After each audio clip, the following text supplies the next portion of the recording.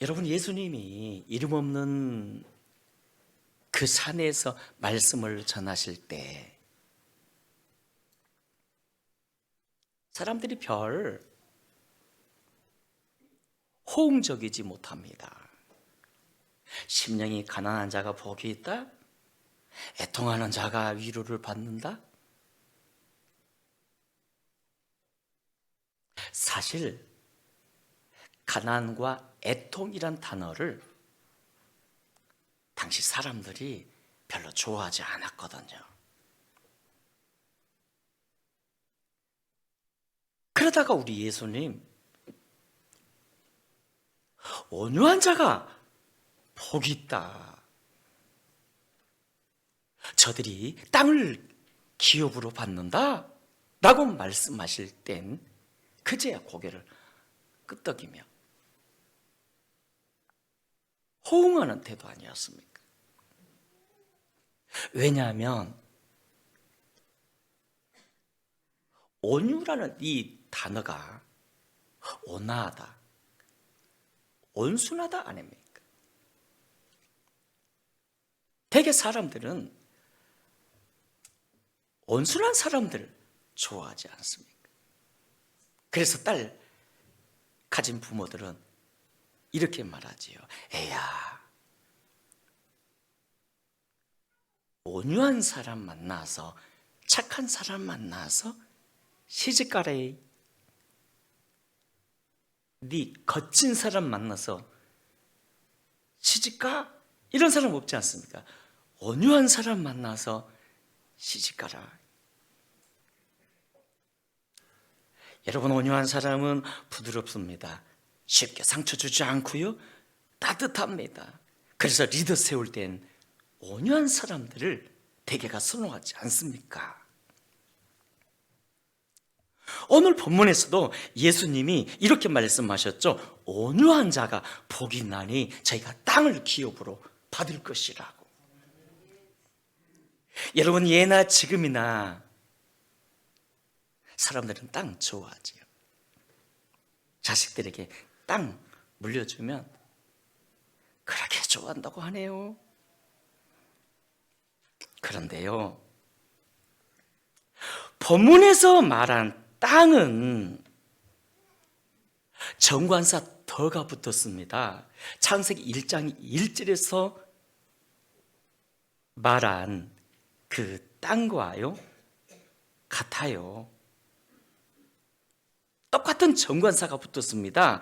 그러므로 온유한 자가 받는 땅은 일부 지역이 아니라 가나안에 있는 어느 부분적인 땅이 아니라 온 땅 아닙니까? 즉 천국입니다. 천국. 그렇다면 온유한 자란 어떤 자일까요? 여러분, 온유한 자란 어떤 자일까요? 여기서 온유한 자란 성격이 아니랍니다. 성격이. 민수기 12장에서 보니까 모세를 온유한 사람이란 말씀했네요. 이 사람 모세는 온유함이 지면의 모든 사람보다 더하더라, 이렇게 말씀하셨는데, 그렇다면 모세가 성격적으로 온유했을까요? 온유로 가득했을까요? 아니요, 그렇지 않습니다. 그는 나이 40에 사람을 죽였고요, 자기 동족을 괴롭힌다며 애굽 사람 한 사람 쳐 죽이지 않았습니까? 또한 백성들을 이끌 때도 자주 그냥 폭발했어요. 무리바 이 반석 앞에서는 성질이 나가지고 그냥 지팡이로 바위를 분노하며 내리치다가 하나님께 징계도 받지 않았습니까? 백성들이 금송아지 만들었다며 분노하며 그가 하나님께 직접 받은 이 십계명을 던져버렸고요. 너희들은 말씀 받을 자격 없다면서 그 송아지를 갈아가지고 모든 백성으로 하여금 다 마시게 했고요. 레위인들을 뽑아가지고 그 반역자 편에 쓴 사람들을 다 쳐죽였고요. 여러분, 모세는요 성격적으로 온유하지 않았습니다. 이상합니다. 그런데 하나님이 왜 그를 향해서 온유하다고, 지면에서 모세보다 온유한 사람을 찾지 못했다고 말씀했을까? 그렇게 말씀하신 이유가 뭘까요? 그는 영적으로 너무너무 온유했거든. 그래서 온유란 성격이 아니라 영혼입니다. 모세는 영혼이 온유한 자 아니었습니까? 그가 아말렉과 전투할 때 보통 지도자라면 앞에서 싸워야 하는데, 그러나 모세는 산에 올라가 양손만 들고 있었어요. 아니, 민족의 운명이 걸린 이 전투에서 백성들은 싸우려고 하고 자신은 모든 백성들이 보는 그 산에 올라가서 손만 들고 있고,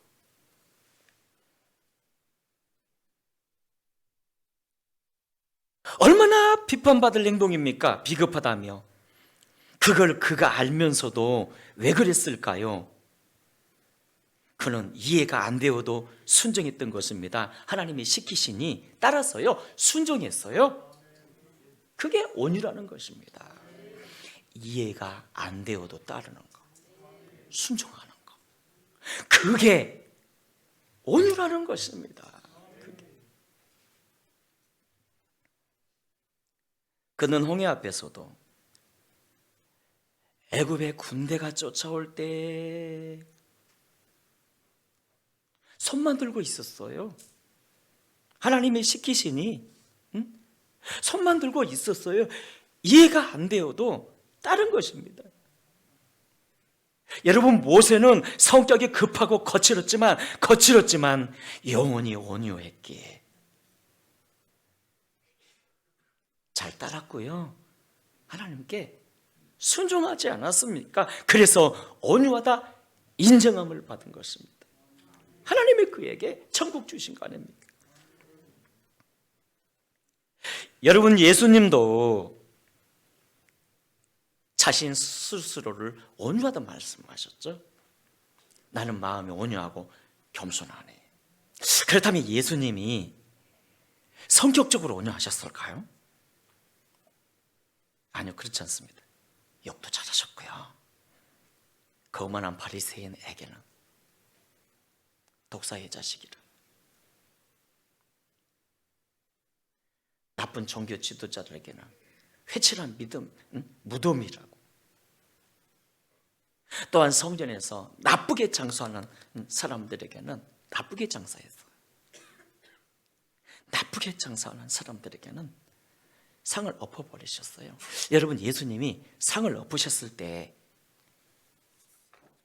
이러면 안 돼, 이렇게 엎으셨을까요? 응?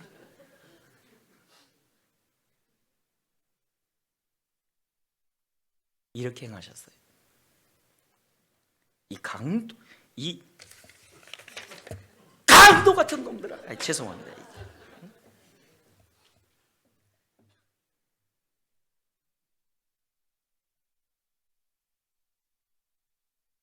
여러분, 예수님은 성격이 아닌 영혼이 온유하신 분 아닙니까? 늘 병두고 병든 자, 가난한 자, 죄인들을 불쌍히 여기시며 품어주셨고요. 나인성 과부의 아들이 죽었을 땐 그 시신에다가 손도 얹어주셨고요. 일부러 금지하게 되었거든요. 얼마나 비판을 받으셨습니까? 그 일로. 당시 종교 지도자들은 세리와 죄인들을 보면 내쫓았지만 그러나 예수님은 그들을 품어주시고 함께해 주셨어요. 우리 죄인을 위해 십자가의 자신을 내어주시기까지 하지 않았습니까? 온유하신 예수님.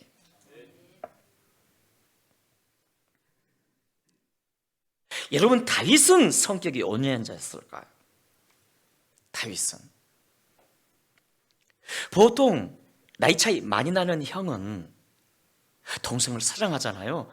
참 잘못을 해도 아버지처럼 따뜻하게 용납해 주잖아요. 그런데 다윗의 큰형 엘리압이 다윗을 보고 이렇게 말합니다. 교만하고 완악한 자라고. 교만하고 완악한 자라고. 오죽겠습니까? 그러겠습니까? 여러분, 이새가 다윗을 전쟁터에 있는 형들에게 곡식을 가져다 주라고 보내면서 무슨 말을 한지 아세요? 증표를 가져오라고. 네가 형에게 심부름했다는 증표를 가져오라고. 얼마나 못 믿었으면 증표를 가져오라고. 왜 그랬을까요? 그가 반항심과 투정심이 남달랐거든요. 내놓은 자식 아니었습니까? 와, 그런데요, 하나님은 그런 다윗을 얼마나 귀하게 써주셨습니까? 이스라엘의 등불이 되게 해주셨어요. 그는 내 마음에 합한 사람이라 그를 통하여 내 뜻을 다 이루리라. 자랑까지도 해주셨어요. 이유가 뭘까요? 이유가 뭘까요? 영원히 온유했기 때문입니다. 언제나 하나님을 사랑했고요, 사모했고요. 그래서 신실한 예배자로 변함없이 서지 않았습니까? 신실한 예배자로 영원히 온유한 사람. 한 번은 예수님이 말씀을 전하시는데 다양한 사람들이 모였습니다. 예수님을 비판하며 막 욕하는 사람, 또한 뭐 재밌는 거 있어 하며 구경하는 사람, 또한 고침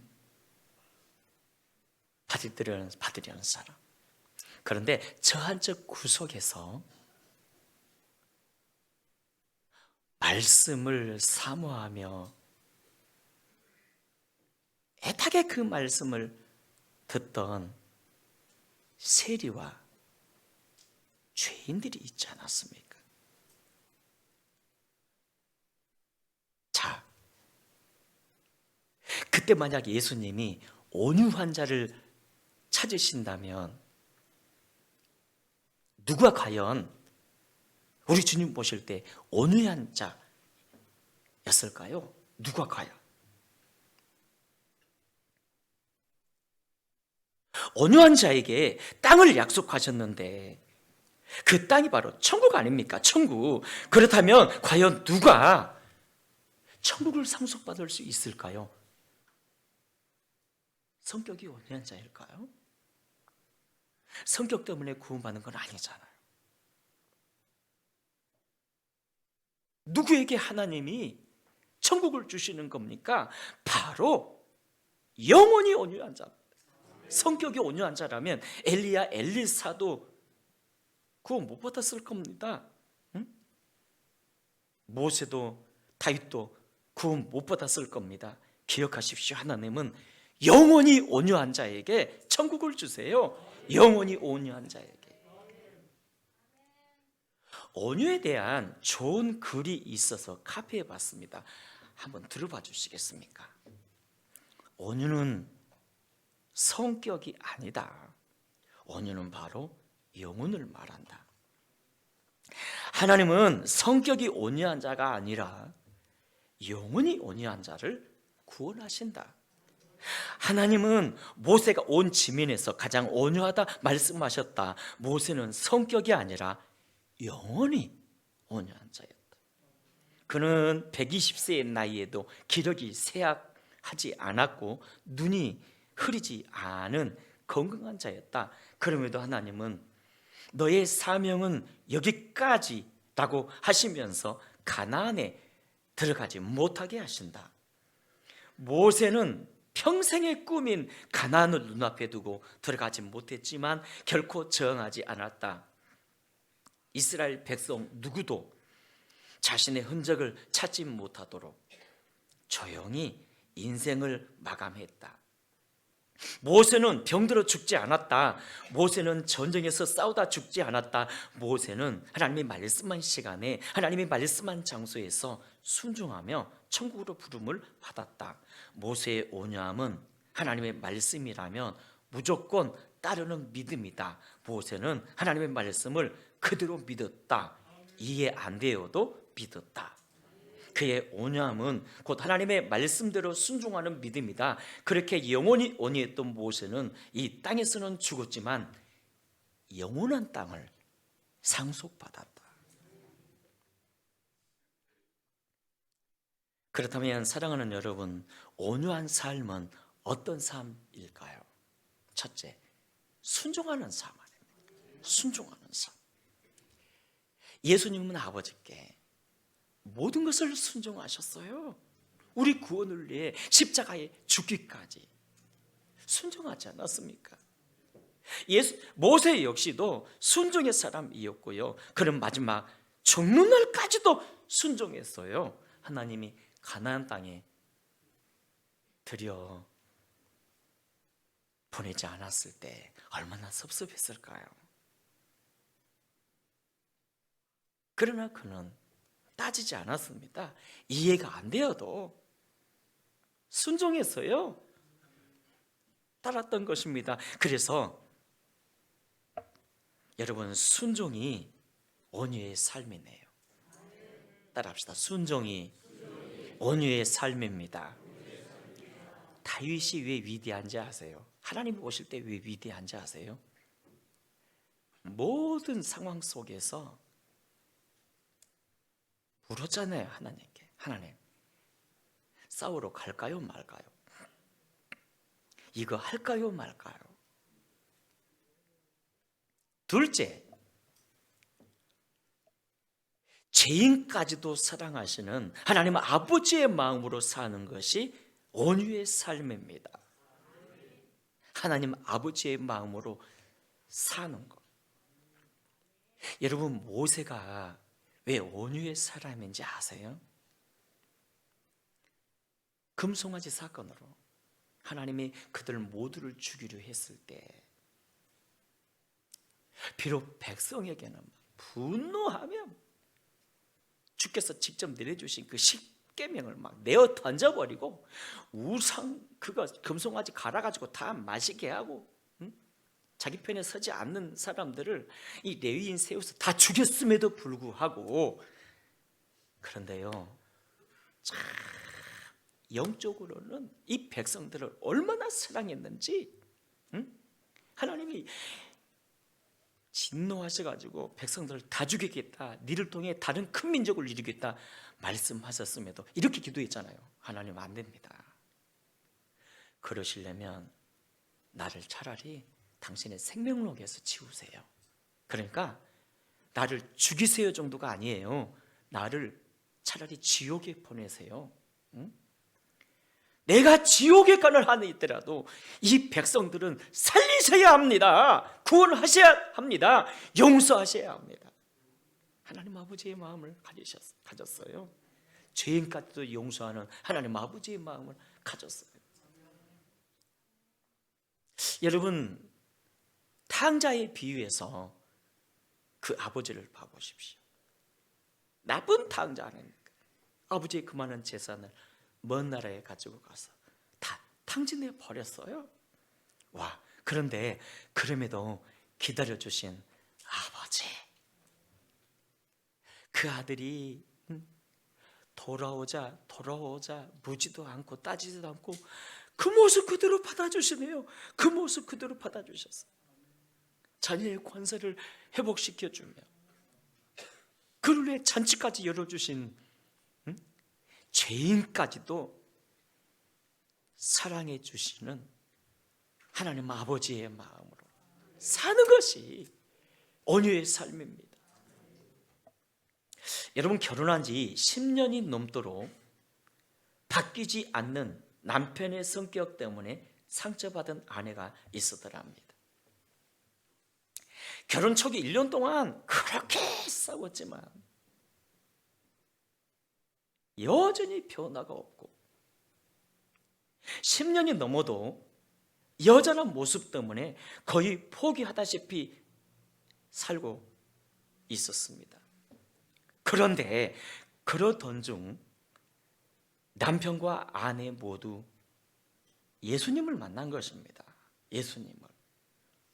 그래서 예수님의 영으로 인하여 둘 다 온유한 영혼으로 바뀌었더랍니다. 온유한 영혼으로. 그리고 예수님께 내가 가장 완악한 자였다고 고백을 하면서부터, 무슨 고백요? 내가 가장 완악한 자였다고 고백을 하면서부터 부부가 달라지기 시작했어요. 달라지기 시작했어요. 예전에는 남편은 아내를 탓하고 아내는 남편에게 잔소리하면서 살 좀 찌라고 밥 좀 많이 먹으라고 잔소리하면서 서로 다투었습니다. 그러나 예수님 앞에 날마다 완악한 영혼이라고 회개한 뒤에 주님이 모든 것을 바꾸어 주셨습니다. 그래서 이제는 서로가 자신이 문제의 원인이었다고 말하기 시작합니다. 내가 문제의 원인이라고. 따라합시다. 내가 문제의 원인이라고. 내가 문제의 원인이라고 말하기 시작합니다. 전에는 내가 원인이라고 말하기 싫어했지만 주님을 만난 뒤로부터 전부 바뀌었습니다. 서로가 온유한 영혼이 되어 자신이 원인이라고 말합니다. 부부가 예수님으로 인해 사랑 공동체가 되지 않았습니까? 여러분, 5월은 가정의 달이네요. 솔직히 여러분, 우리 인생에서요, 마지막 남는 것은 주님과 가정밖에 없어요.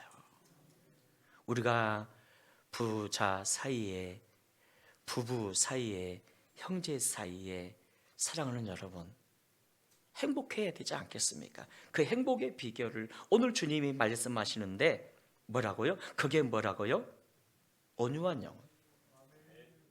사랑하는 여러분, 온유한 영혼이 천국을 받습니다.